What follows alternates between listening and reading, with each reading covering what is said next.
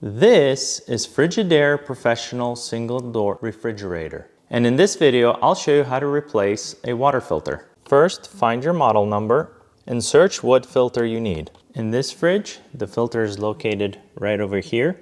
You can also take it out and see what model it is and put it back in and wait until you need to replace it. So to take the filter out, you take your thumb and just push on it really hard and it'll pop out.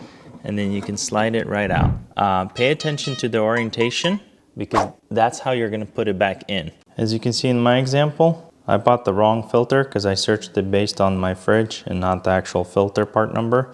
So I'm gonna have to return it and buy another one. So here I finally got the right size. As you can see, they look almost identical. I didn't buy the Frigidaire brand, I just bought an off-brand. They're a lot cheaper that way. I think I can get 3 of these for the price of 1. One big thing to make sure is to take these caps off and then you're ready to install it. Before installing, find this groove right here. That's going to be on the bottom like this, so that way this picture is upright.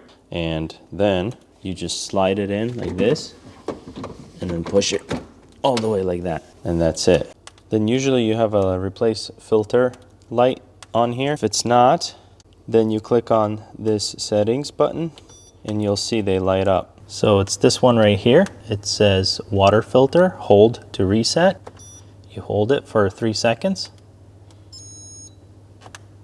And that's it. Thanks for watching and check out how I replace the air filter next.